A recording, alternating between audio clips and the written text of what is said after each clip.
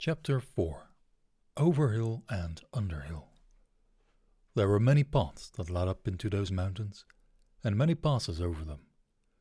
But most of the paths were cheats and deceptions, and led nowhere or to bad ends, and most of the passes were infested by evil things and dreadful dangers. The dwarves in the Hobbit, helped by the wise advice of Elrond, and the knowledge and memory of Gandalf, took the right road to the right pass. Long days after they had climbed out of the valley and left the last homely house miles behind, they were still going up and up and up. It was a hard path and a dangerous path, a crooked way and a lonely and a long. Now they could look back over the lands they had left, laid out behind them far below. Far, far away in the west, where things were blue and faint, Bilbo knew that there lay his own country of safe and comfortable things, and his little hobbit hole. He shivered. It was getting bitter cold up here, and the wind came shrill among the rocks. Boulders, too, at times, came galloping down the mountainside, let loose by midday sun upon the snow, and passed among them, which was lucky, or over their heads, which was alarming. The nights were comfortless and chill, and they did not dare to sing or talk too loud, for the echoes were uncanny, and the silence seemed to dislike being broken, except by the noise of water and the wail of wind and the crack of stone. The summer is getting on down below, thought Bilbo, and haymaking is going on and picnics.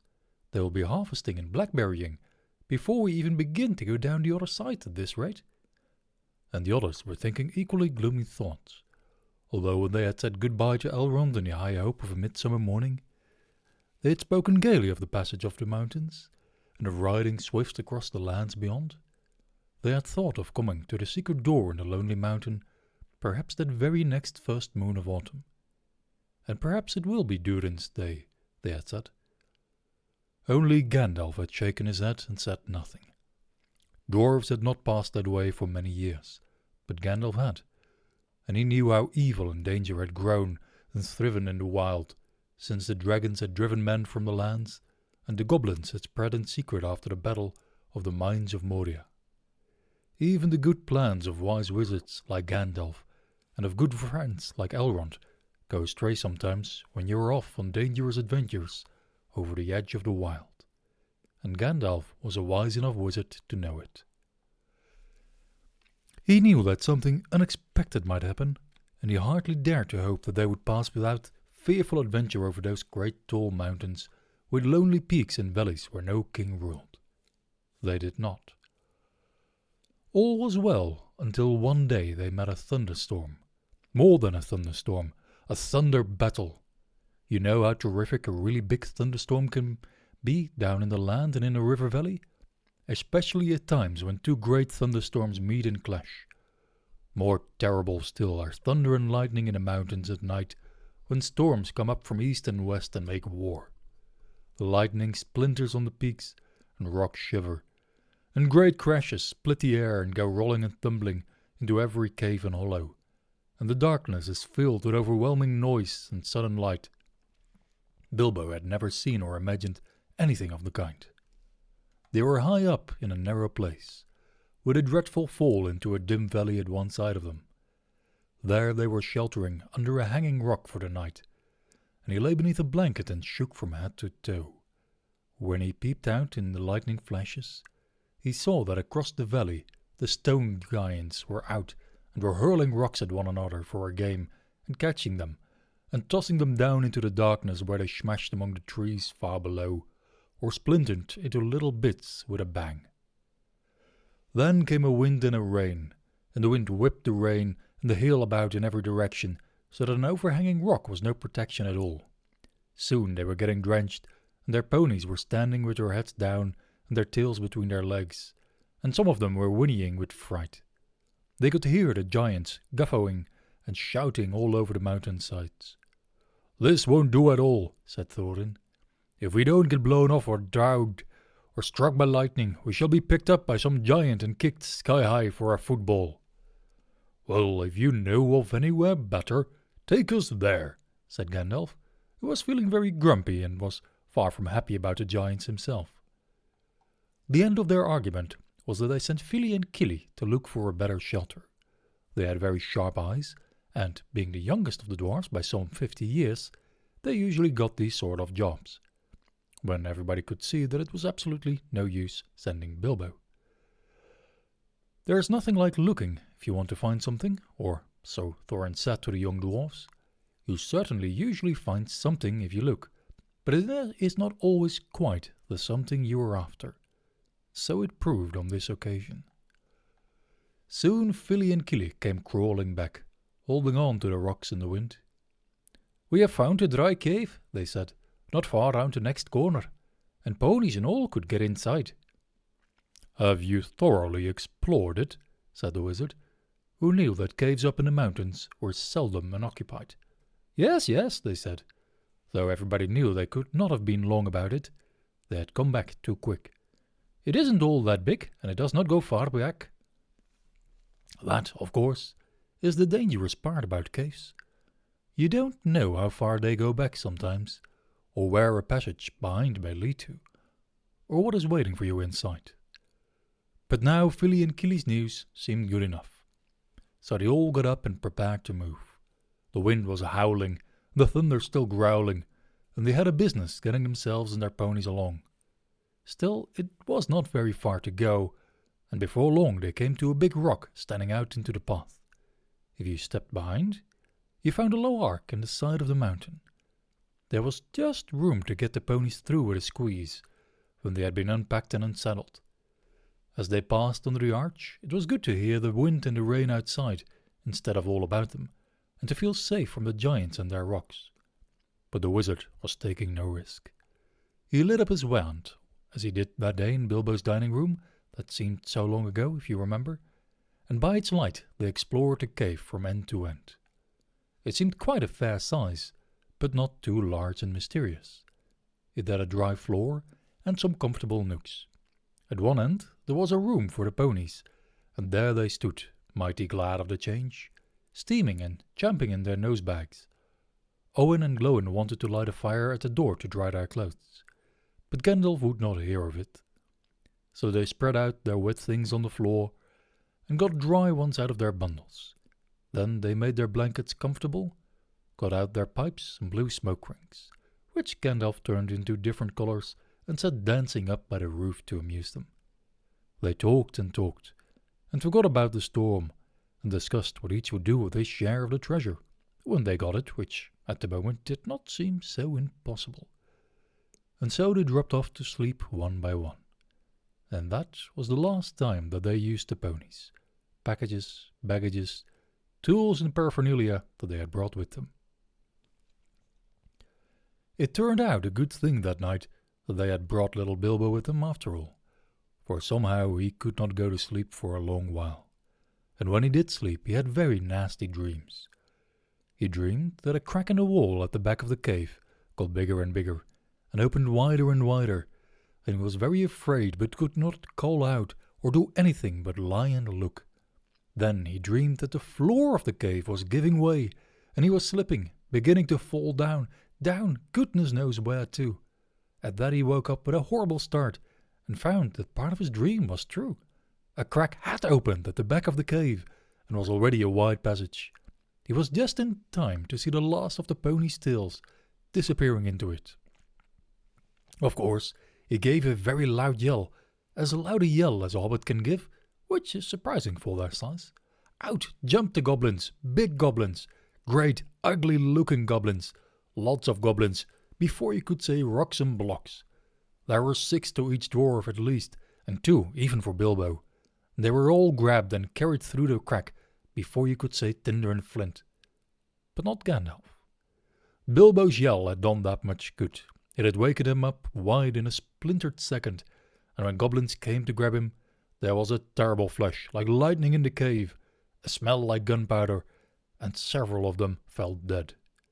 The crack closed with a snap, and Bilbo and the dwarfs were on the wrong side of it. Where was Gandalf? Of that neither they nor the goblins had any idea, and the goblins did not wait to find out. It was deep, dark, such as only goblins that have taken to living in the heart of the mountains can see through. The passages there were crossed and tangled in all directions, but the goblins knew their way, as well as you do, to the nearest post office. And the way went down and down, and it was most horribly stuffy. The goblins were very rough, and pinched unmercifully, and chuckled and laughed in their horrible stony voices. And Bilbo was more unhappy even than when the troll had picked him up by his toes. He wished again and again for his nice bright hobbit hole. Not for the last time. Now there came a glimmer of a red light before them. The goblins began to sing, or croak, keeping time with the flap of their flat feet on the stone, and shaking their prisoners as well. Clap, snap, the black crack, grip, grap, pinch, snap, and down, down to Goblin Town you go, my lad. Crash, crash, crush, smash, hammer and tongues, knocker and gongs, pound, pound for underground, ho, ho, my lad. Swish, smack, whip, crack, batter and beat, yammer and bleed, work, work, nor dare to shirk, while goblins quaff and goblins laugh, round and round for underground, below, my lad. It sounded truly terrifying. The walls echoed to the clap, snap, and the crush, smash, and to the ugly laughter of their ho, ho, my lad. The general meaning of the song was only too plain, for now the goblins took out whips, and whipped them with a swish, smack, and set them running as fast as they could in front of them. And more than one of the dwarfs were already yammering and bleating like anything when they stumbled into a big cavern. It was lit by a great red fire in the middle, and by torches along the walls, and it was full of goblins. They all laughed and stamped, and clapped their hands when the dwarfs, with poor little Bilbo at the back, and nearest to the whips, came running in, while the goblin drivers whooped and cracked their whips behind. The ponies were already there, huddled in a corner, and there were all the baggages and packages lying broken open and being rummaged by goblins, and smelled by goblins, and fingered by goblins, and quarrelled over by goblins. I am afraid that was the last I ever saw of those excellent little ponies, including a jolly sturdy little white fellow that Elrond had lent to Gandalf, since his horse was not suitable for the mountain paths. For goblins eat horses and ponies and donkeys, and other much more dreadful things, and they are always hungry. Just now, however, the prisoners were thinking only of themselves. The goblins chained their hands behind their backs, and linked them all together in a line, and dragged them to the far end of the cavern, with little Bilbo tugging at the end of the row. There in the shadows, on a large flat stone, sat a tremendous goblin with a huge head, and armed goblins were standing round him, carrying the axes and the bent swords that they use. Now, goblins are cruel, wicked, and bad-hearted. They make no beautiful things, but they make many clever ones. They can tunnel and mine as well as any but the most skilled dwarfs when they take the trouble, though they are usually untidy and dirty. Hammers, axes, swords, daggers, pickaxes, tongs, and also instruments of torture they make very well, or get other people to make to their design. Prisoners and slaves that have to work till they die for want of air and light. It is not unlikely that they invented some of the devices that have since troubled the world, especially the ingenious devices for killing large numbers of people at once, for wheels and engines and explosions always delighted them, and also not working with their own hands more than they could help. But in those days, in those wild parts, they had not advanced, as it is called, so far. They did not hate dwarfs especially, no more than they hated everybody and everything, and particularly the orderly and prosperous. In some parts, wicked dwarfs had even made alliances with them, but they had a special grudge against Thorin's people because of the war which you have heard mentioned, but which does not come into this tale. And anyway, goblins don't care who they catch, as long as it is done smart and secret, and the prisoners are not able to defend themselves. "Who are these miserable persons?" said the great goblin. "Dwarfs, and this," said one of the drivers, pulling at Bilbo's chain so that he fell forward onto his knees. "We found them sheltering in our front porch." "What do you mean by it?" said the great goblin, turning to Thorin. "Up to no good, I'll warrant. "Spying on the private businesses of my people, I guess. Thieves, I shouldn't be surprised to learn. Murderers, and friends of elves, not unlikely. Come, what have you got to say?" Thorin the dwarf at your service, he replied. It was merely a polite nothing. Of the things which you suspect and imagine, we had no idea at all. We sheltered from a storm in what seemed a convenient cave and unused. Nothing was further from our thoughts than inconveniencing goblins in any way whatever. That was true enough. Ah, said the great goblin. So you say.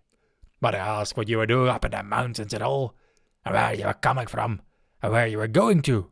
In fact, I should like to know all about you. Not that it will do you much good, Thorin Oakenshield. I know too much about your folk already. But let's have the truth, or I will prepare something particularly uncomfortable for you.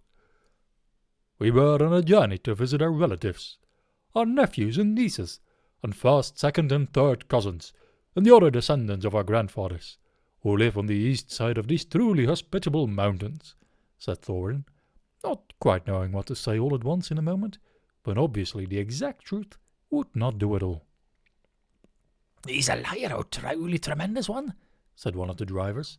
Several of our people were struck by lightning in the cave when we invited these creatures to come below, and they are dead as stones. Also, he has not explained this. He held out the sword which Thorin had worn, the sword which came from the troll's lair. The great goblin gave a truly awful howl of rage when he looked at it, and all his soldiers gnashed their teeth, clashed their shields, and stamped. They knew the sword at once. It had killed hundreds of goblins in its time, when the fair elves of Gondolin hunted them in the hills or did battle before their walls. They had called it Orcrist, Goblin Cleaver, but the goblins called it simply Biter. They hated it and hated worse anyone that carried it. Murderers and elf friends, the great goblin shouted. Slash them, beat them, bite them, gnash them. Take them away to dark holes full of snakes, and never let them see the light again. He was in such a rage that he jumped off his seat and himself rushed at Thorin with his mouth open. Just at that moment, all the lights in the cavern went out, and the great fire went off, poof, into a tower of blue glowing smoke, right up to the roof, that scattered piercing white sparks all among the goblins. The yells and yammering, croaking, gibbering and jabbering, howls, growls and curses, shrieking and scriking, that followed were beyond description. Several hundred wildcats and wolves being roasted slowly alive together would not have compared to it. The sparks were burning holes in the goblins, and the smoke that now fell from the roof made the air too thick for even their eyes to see through. Soon they were falling over one another and rolling in heaps on the floor, biting and kicking and fighting as if they had all gone mad. Suddenly a sword flashed in its own light. Bilbo saw it go right through the great goblin as he stood dumbfounded in the middle of his rage. He fell dead, and the goblin soldiers fled before the sword, shrieking into the darkness.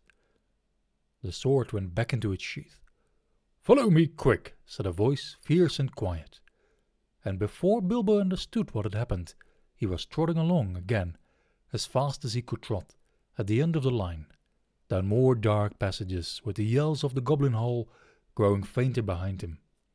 A pale light was leading them on. "Quicker, quicker," said the voice. "The torches will soon be relit." "Half a minute," said Dory, who was at the back next to Bilbo, and a decent fellow. He made the hobbit scramble on his shoulders as best he could with his tied hands, and then off they all went at a run, with a clink of chains and many a stumble, since they had no hands to steady themselves with. Not for a long while did they stop, and by that time they must have been right down in the very mountain's heart. Then Gandalf lit up his wand. Of course it was Gandalf, but just then they were too busy to ask how he got there. He took out his sword again, and again it flashed in the dark by itself. It burned with a rage that made it gleam if goblins were about. Now it was bright as blue flame, for delight in the killing of the great lord of the cave. It made no trouble whatever of cutting through the goblin chains and setting all the prisoners free as quickly as possible. This sword's name was Glamdring the Foehammer, if you remember. The goblins just called it Beater, and hated it worse than Biter if possible. Orcrist too had been saved, for Gandalf had brought it along as well, snatching it from one of the terrified guards.